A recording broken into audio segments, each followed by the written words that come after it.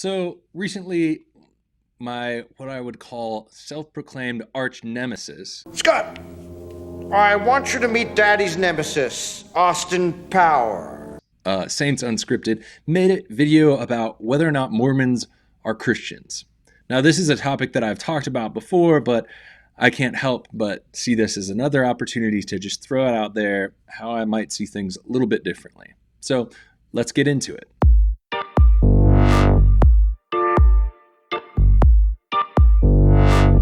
So first off, I want to acknowledge the things that I do agree with the videos that Saints Unscripted put together regarding whether or not Mormons are Christians. Now, part of the reason that I say that they're my arch nemesis is frankly just because I think they do a really good job with their videos. They're really high quality, and I hope to someday kind of match that level. But another thing is, one of the first things that they said in their video is when it comes to deciding whether or not Mormons are Christians, it really depends on our definition of what Christian is. And I would totally agree with that. Now, there, I agree with you.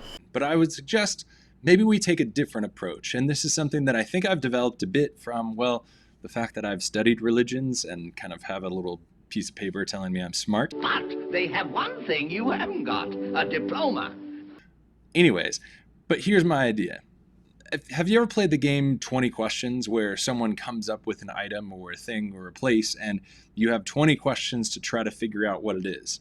Generally, you're going to ask some very generic questions to figure things out. And I think when we're doing a study of religions, we do a lot of the same sort of thing to define, distinguish different religions from one another. So to give an analogy, for instance, if someone told you, hey, I just got a new vehicle. Now, your first question is probably going to assume that it's a car, but if you then find out this is actually some sort of new vehicle and you're trying to figure out what to classify it as, you might start asking questions like, how many wheels does it have? Where is it able to actually move around? Does it fly in space? Does it fly in the air? Does it stay on the ground? Does it go on water or underwater? Those are type of questions that you're going to ask to figure out what type of vehicle is this.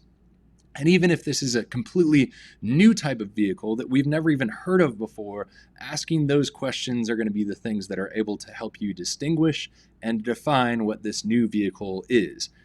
In the same sort of way, I think when we're looking at religions and trying to distinguish and define one religion from another, or even find out, hey, there's actually not a whole new religion that's been developed, but just a kind of different version of that religion, like a different car.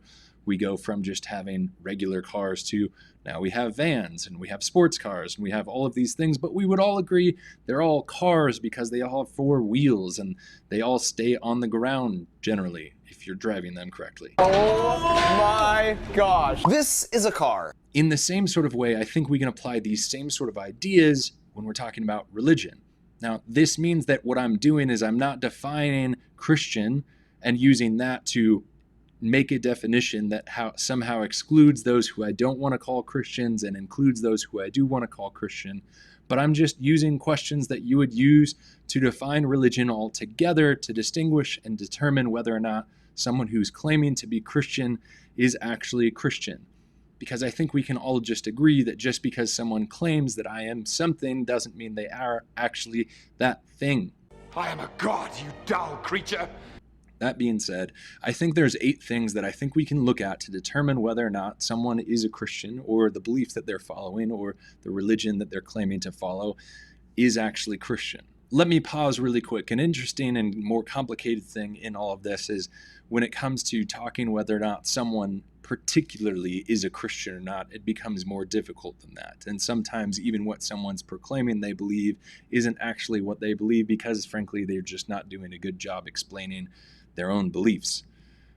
And there's people that go around that I would even say I'm Mormon or I'm a part of the Church of Jesus Christ of Latter-day Saints that frankly don't follow some of the very basic teachings of what Mormonism or the Church of Latter-day Saints teaches.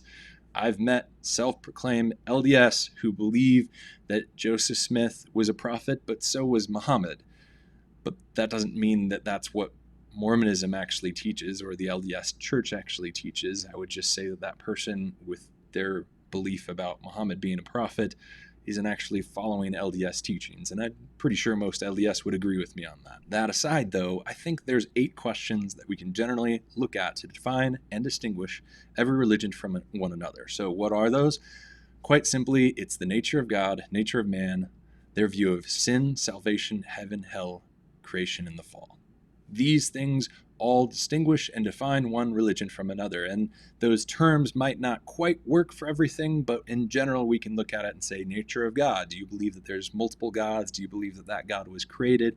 Or has he always existed? Does he have any rivals that even rival him in power in any way whatsoever? Will he always exist in the future? Nature of man. Has God created mankind, or has it always existed, and will it always exist in the future? Can the nature of man allow them to become gods themselves? Where did they come from? Did they come from the dust, or were they the natural offspring of God himself?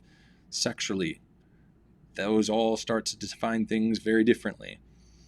The creation, is that something that is the result of one God killing another and making the land out of the body of that other God? Or is it something that God created out of nothing, or out of the chaos that already somehow existed? Or is this creation a part of just other creations that have happened in the past and other gods created their own things? Or are we just part of the all creation that exists and there's no other creation outside of that? Sin, is that something that's a result of karma and we have no power over that? Do we have free will, or do we not? And these things start determining other things of heaven and hell. Do those who are sinful then deserve to go to hell? And is the reason that sin happened the reason that the fall exists? And the fall is generally seen as, well, what is the reason why things aren't the way that it should be? And salvation then comes in to answer the question of how will that be remedied, that the world is not as it should be, but it's going to be reconciled. And how does that happen? Is it something that happens because mankind fixes it himself, or does God himself come down and fix it for us? All of those questions end up defining and distinguishing one religion from another. And when we look at what Mormonism or the LDS Church specifically teaches regarding those things, that we have a very different view within historical Christianity, looking at Protestant, Catholic, and Orthodox, and see that their view of the nature of God is very different, because the nature of God within those 3 others is that God is not created. God has always existed, and he will always exist. He has no rivals, and there is no other gods outside of him. But within Mormonism, there's multiple gods. There's gods that existed before him. He hasn't always existed. He is growing in knowledge and power, while he's all-powerful and cannot grow in power because he has all of the power and will never cease to have all the power. And he never grows in knowledge because he has all of the knowledge.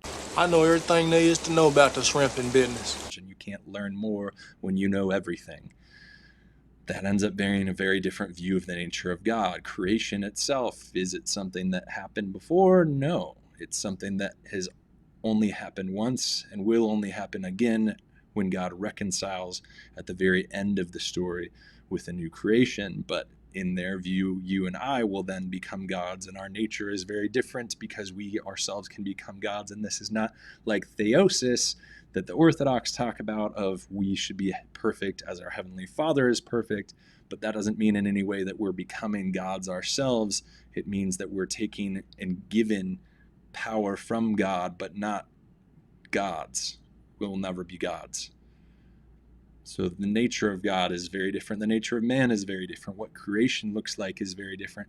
Salvation itself might be one of those things that starts to look the same, but when we realize that salvation and what that's getting you to, of heaven being different levels, 3 different levels within the Mormon faith, and there's only one within the rest of Christians and how they view it, well, clearly we're not talking about the same religion, because even the terms that help us understand and distinguish what is salvation, which seems to be the one issue we maybe agree on, is defined completely different.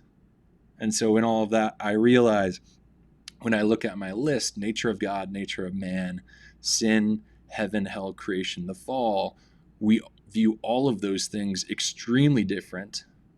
And then even salvation, where it seems very similar, we can't really say is similar, because everything that helps us understand the term of what salvation is, the terms that help us understand that are seen as very different. And so we can't really say we agree on that. So in that whole list, in the end, nature of God, nature of man, sin, salvation, heaven, hell, creation, and the fall, we share more in common with Muslims than we do with Mormons. And so it's hard to say that we're the same religion when the things that define and distinguish one religion from another, having four wheels and being on the ground, Mormonism doesn't share with us. They seem to be out in space doing things very differently. Those are my thoughts. Tell me what you think.